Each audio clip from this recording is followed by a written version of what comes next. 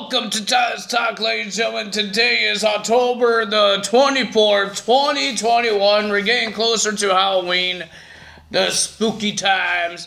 And looks like they're doing a Halloween show next week. And they're going back to Wednesday. I'm talking about AEW, guys.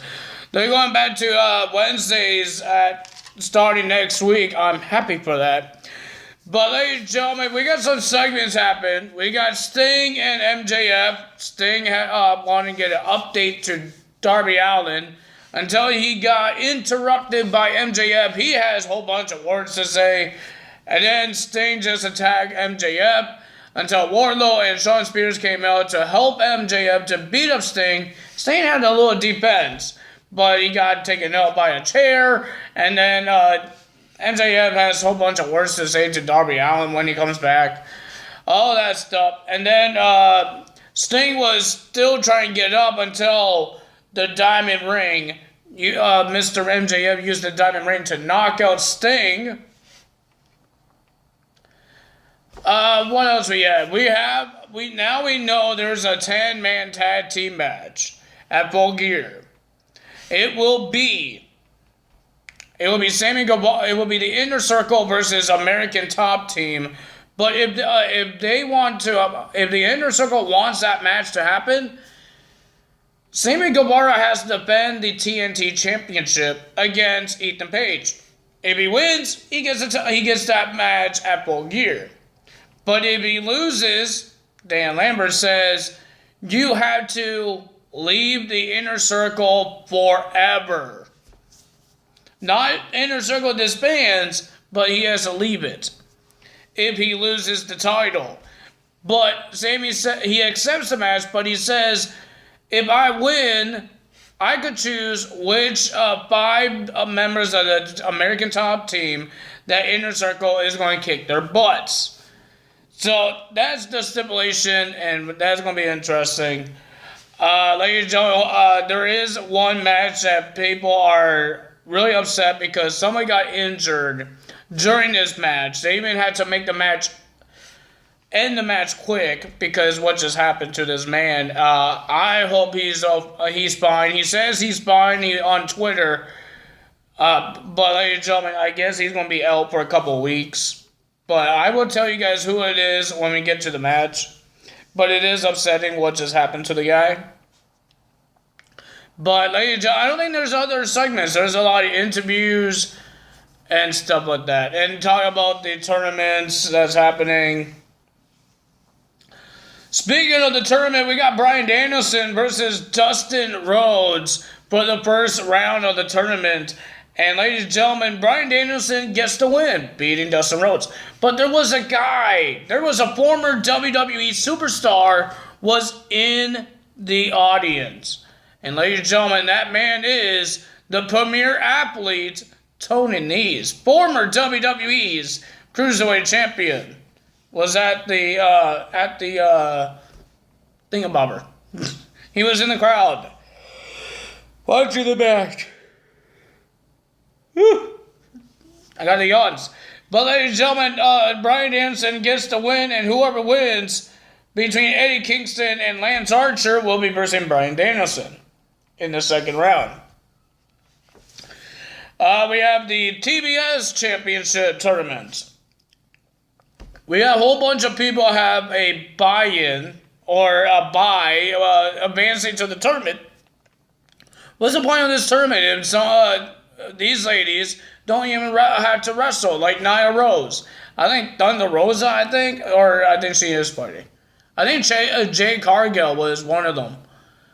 But I think Chris Statlander is one of them. Why are they not wrestling to get in this shot?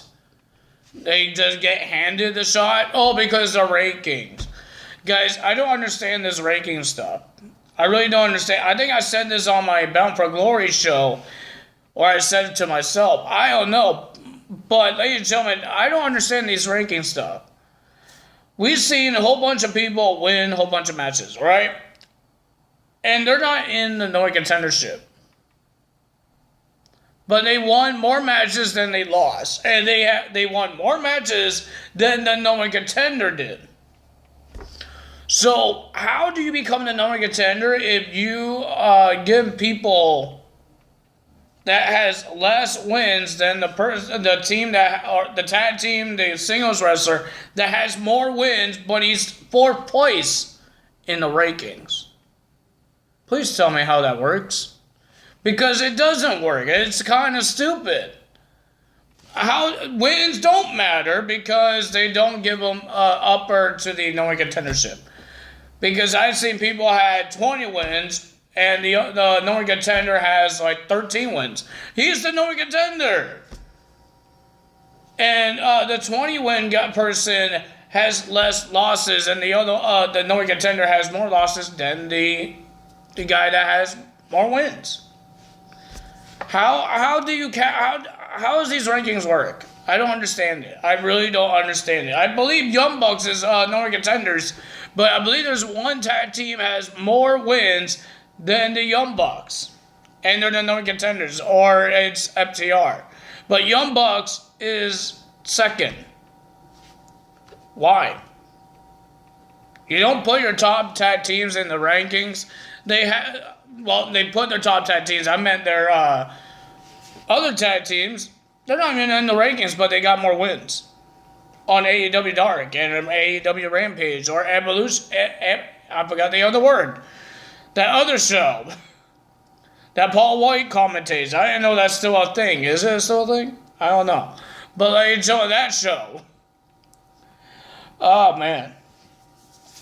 Well, we got the TBS Women's Championship. I don't think they should have this title because, one, they're not really doing anything for the women's. I feel like I'm going to fall asleep watching these women's matches. They're not showcasing the women's. People complain about WWE because, they have 1 minute match. But at least they could make an entertaining match for 3 minutes. More entertaining than what they could do in AEW. Because, like I said, why is the AEW Women's Champion not in the match? Where's she at? Let's see if we have any champion in this match. Guess what? No champions was in this match. Not even one in this match. In this whole show. Not even one. They're doing promos, or that's it. They're just doing promos. They didn't do a brawl. Not even one superstar got into the ring. Sammy Guevara did not get in the ring. He was on top of the stage. And you're not even showcasing the champions.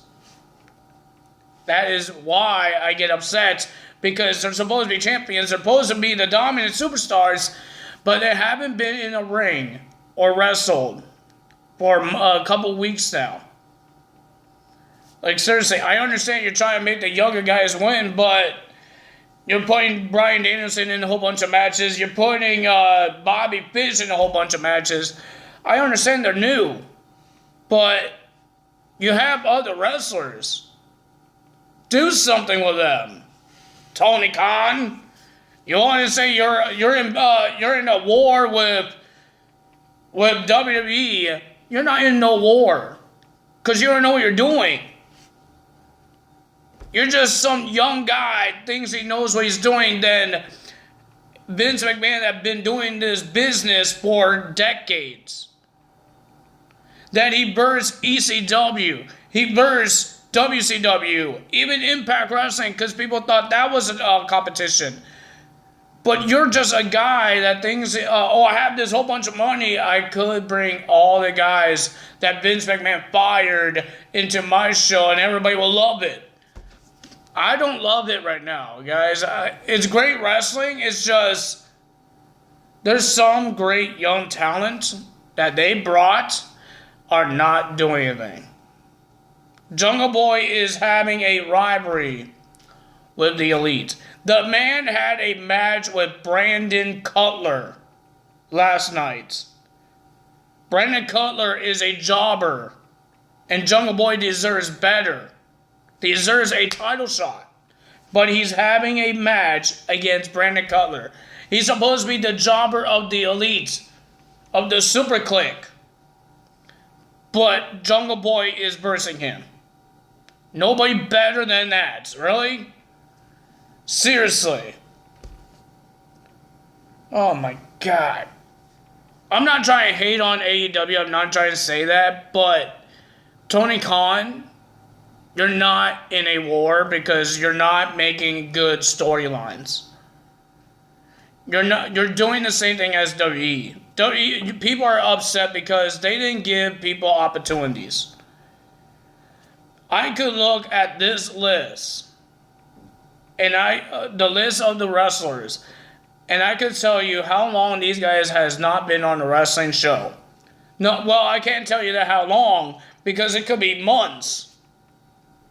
Since when Chuck Taylor was in action? I don't think he's injured. I think Trent was the injured one. He was always the one in the being the manager of Orange Cassidy. Him and Utah and Chris Stanlander, right?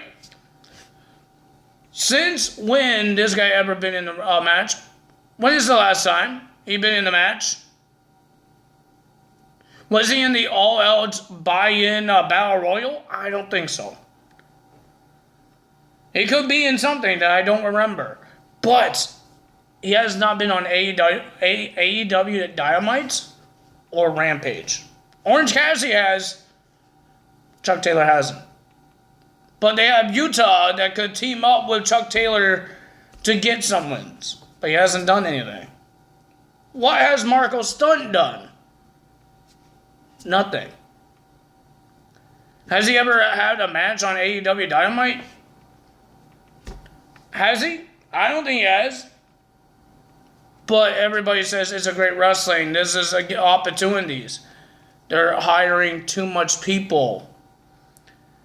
You know why I would be upset if they sign with Bray Wyatt and Braun Strowman? Because they are not going to use them.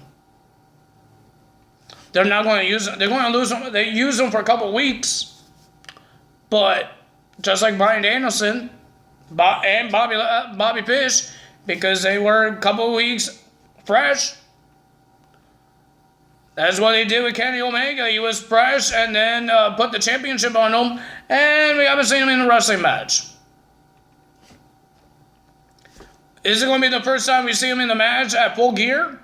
Or Britt Baker? Because she has a match at Full Gear against Tay Conti. I don't know what to say, guys, but that's how I say. That's what I think it is. They're not giving nobody opportunities. There's a lot of young wrestlers, men and women, in that roster, and they're not getting opportunities. WWE is giving them opportunities on Raw, SmackDown, and main events. Even on NXT, if there's some people that didn't get a match on NXT, they get a match on 205 Live. But AEW has 4 matches. 4 shows on it. 2 on YouTube. 2 on TV. We get to see the same people that was on AEW Rampage and Dynamite beat up a whole bunch of jobbers. But the other people, who cares? Who cares? That's how it is. But ladies and gentlemen, next match is Ruby Soho versus Ford for the TBS tournament. Like I said, they need to do something for the women's division because it's not really working too well. The only thing is working well is Britt Baker, but she has not been in the match. The winner of that match was Ruby Soho because the Bunny was getting herself involved. And then after the match, the Bunny and Ford surround Ruby Soho until Red Velvet came out to save the day. See, another young woman that deserves an opportunity. But she's on AEW Dark. She does wrestle on AEW Dark. But she never wrestles on AEW Dynamite. The big show. The big show. That they last for 2 years.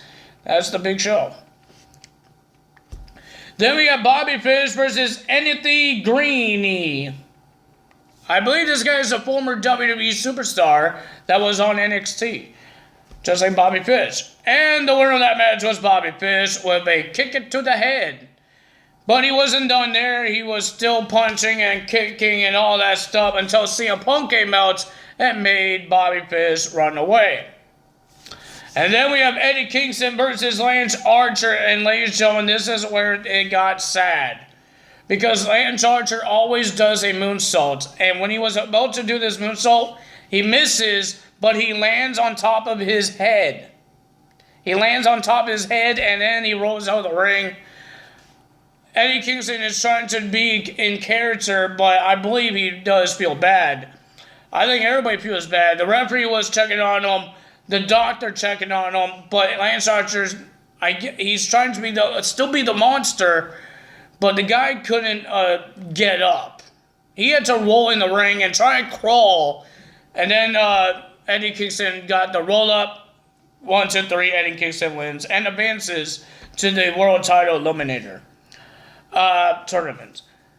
I hope Lance Archer does feel better. I hope he gets well. And I hope, I hope he does get better, guys. That must hurt. Then we had Jungle Boy versus Brandon Cutler. Nobody cared about this match. Brandon Cutler was a great wrestler on AEW Dark, and now he's turned into a stooge. He's a stooge. Who the heck wants this guy? Oh, man. Well, it wasn't really a competitive match.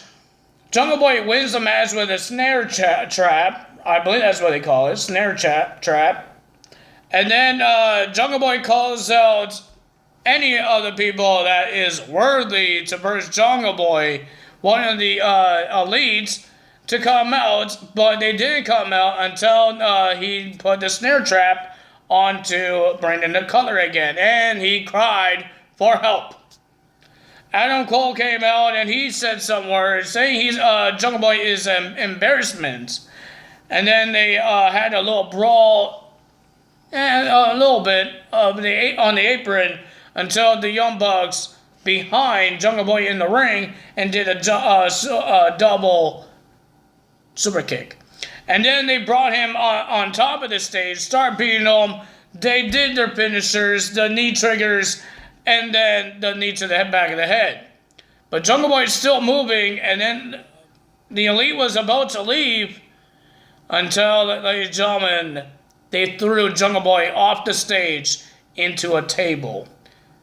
It was crazy. Then we had Cody Rhodes versus Malachi Black, and some, ladies and gentlemen, I don't know why this match even has to happen.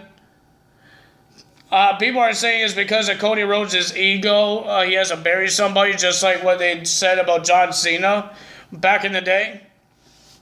He has to bury somebody. And guess what? He did bury Malachi Black. He won the match.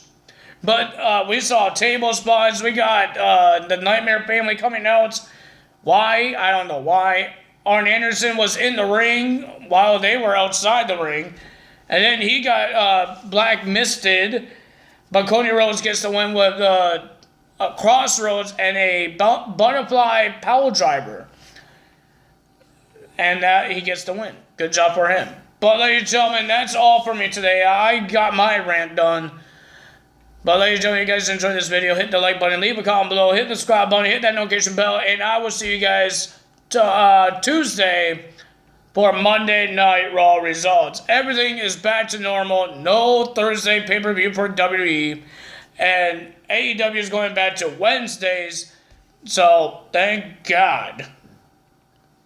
Everything is going back to normal. Okay, guys? That's all for me today. You know what to do. Tyler's out. Bye!